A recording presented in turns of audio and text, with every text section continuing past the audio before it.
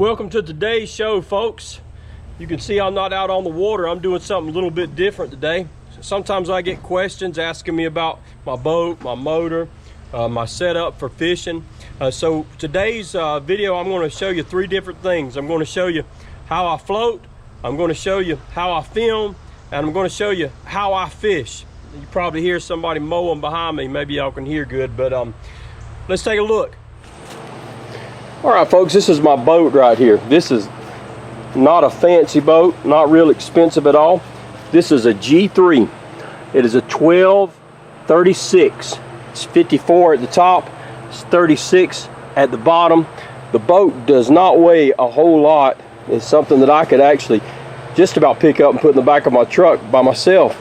I initially had a seat right here in the middle, but I had that seat removed and had this built so I can have some storage. So I've got some storage right there. I got a pole holder over there that's not drilled. You know, I had another one and it fell off when I was going down the road. I should have put it inside the boat. I really like that pole holder a lot. I got a place here where sometimes I put a depth finder, fish finder, whatever you want to call it, on there. And I love this seat. Well, if you don't have one of these, you need to get one of these. These Millennium seats, they make all the difference in the world, y'all. Man, they are great. You can sit there and fish all day in that thing. So I had that installed, and it slides. So you can move it back and forth. I also had I have LED lights on the inside here, if you can see those. And those LED lights, I'm not going to put them on. It's daylight, you wouldn't really be able to see it anyway.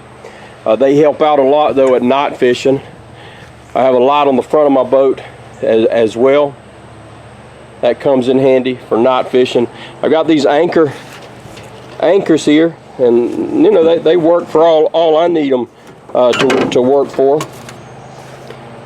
Got that set up so I can sit back here at the back and work that one, and I have another one on the opposite side back here in the back. So this boat, like I said, it's not a heavy boat. I like it. I like it a lot. I bought it brand new. So now our motor. What do we got on our motor? On our motor we got a 6 horsepower Tohatsu. I like this motor a lot. I can pick that thing up all by myself and remove it if I need to. Sometimes I do that if I'm fishing a pond and just put a trolling motor on here. It cranks up well. It does have an option where you can put another tank in here, but I just always use the tank here. I mean, I could probably go I think about 3 miles before putting any more gas in this motor. And so when I've got my little extra tank there, that's all I need for that motor, y'all. I've got another video on here where I do a speed test on this thing. I think I can get up to about 15 miles per hour, something like that. You could check my videos under there's a playlist under boat stuff, and I have it on there 2 different times where I've done speed tests on it. It's a good motor, y'all. The only thing is, unless it's a small kid, it's pretty much just going to be you by yourself. If I have a whole lot of weight in here, I'm not able to get up on plane, and that's because, you know, my motor is just a small motor. So just keep that in mind. But if you're just one person and you're not a real big person, if you're 200 pounds or under, you should be okay with that. So that's a 1236, and that's a Tohatsu. Lights. Right here's where I turn my lights on and off at. Alright. This is my bait cooler. It's an Engel, and I love this thing. Man, it's got water in it. Oh, I hadn't taken it out. I apologize for that. But one thing I like is this. You can pick it up and get to your fish so easily. You don't have to have a little net with you. You don't have to be looking for your net. You can find these online. They're not cheap, y'all, but I'll promise you they're worth it. They have a You just hook this here on the side, and you plug it in, plug this in, turn it on. Oh, my battery's dead. So anyway, and it works great. That takes 2D batteries, but they actually make them now where you can get a rechargeable one. All you have to do is recharge it. So it's a little more expensive, but it works good. All right, so how do I film? How do I film? You can see here, I have a Hero Black 11 GoPro that I use. I like the camera. Obviously, you're not able to zoom in with these GoPros, but it works for me. It does a good job for me. I had this built, and then I built this myself, just with PVC pipe.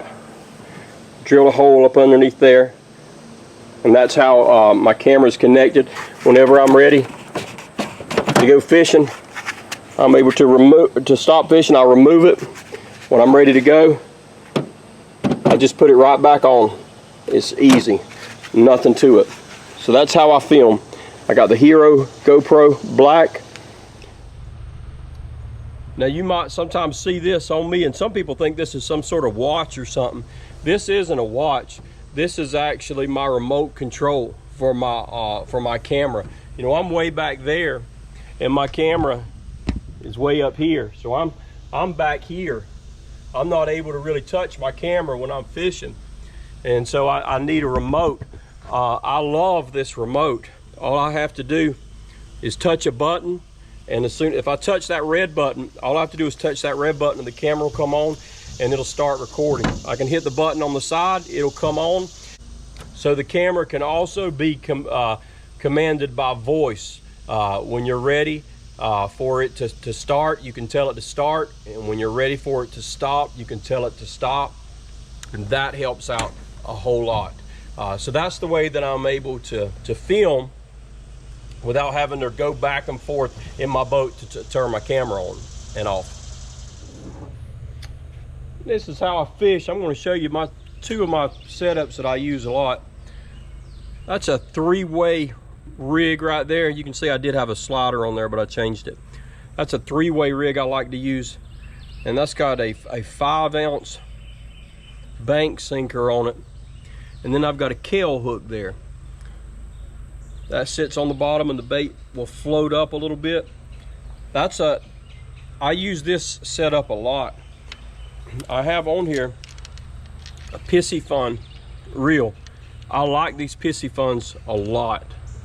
They're inexpensive, and they do the job for me.